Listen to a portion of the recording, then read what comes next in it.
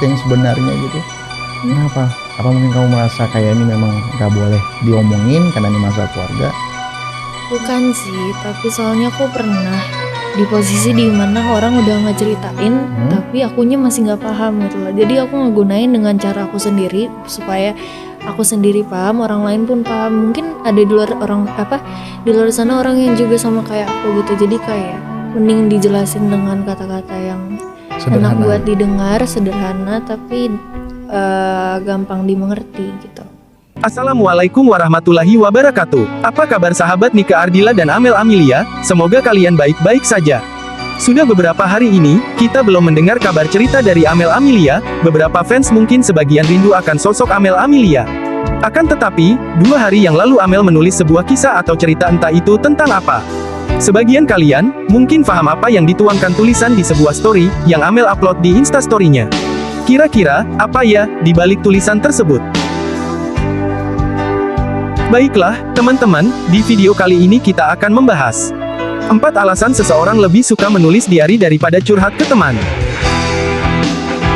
Sebagian dari kita suka menceritakan hal yang kita alami kepada teman untuk mendapatkan saran atau mungkin sekadar untuk didengarkan.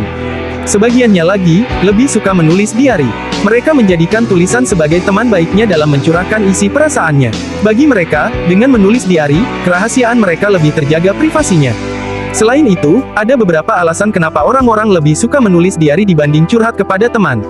Berikut 4 alasan seseorang lebih suka menulis diari daripada curhat ke teman. 1. Privasi terjaga. Meskipun telah saling berjanji untuk tidak membocorkan cerita satu sama lain kepada yang lainnya, tapi tetap saja ada teman yang jahil membocorkan cerita kita. Jika cerita tersebut bukan sesuatu yang bersifat privasi atau personal, mungkin sah-sah saja. Tapi, bagaimana jika cerita itu adalah cerita yang mengandung aib kita? Tentu kita akan marah atau paling tidak kita merasa menyesal karena telah bercerita kepada orang yang salah. Itu sebabnya beberapa orang lebih suka menulis diari. Sebab, dengan menulis diari, cerita kita terjamin aman. Tentu, dengan catatan, diari itu tidak jatuh ke tangan orang lain. 2.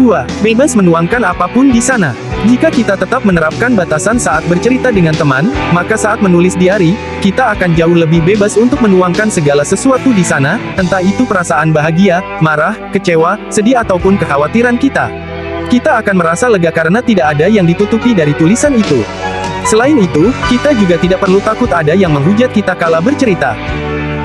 3. Bisa dibaca kembali. Siapa yang suka membaca ulang tulisan di buku diari? Tentu, saat merasa bosan atau tengah luang, kita suka membaca ulang tulisan kita untuk mengingat momen-momen apa yang terjadi dulu. Misalnya, saat kita menulis diari tentang gebetan kita bisa kembali mengingat bagaimana saat kita pertama kali bertemu dulu, kapan berbincang bersama, dan momen lain yang barangkali mudah kita lupakan jika hanya bercerita sekadar lewat. Buku diarilah yang dapat membantu kita mengingat kembali semua kejadian itu. 4. Sarana pengembangan diri. Times Change People, pernah mendengarnya? Ya, waktu bisa saja mengubah seseorang. Entah itu dari segi fisik, sikap, cara pikir, pandangan, dan lain sebagainya. Ketika kita rutin menulis diari, kita akan bisa mengetahui sejauh mana kita berubah dan berkembang dari tulisan kita. Mungkin, dulu kita suka mengeluh dan seiring dengan berjalannya waktu, kita mulai rutin menuliskan kalimat-kalimat penuh syukur di diari itu.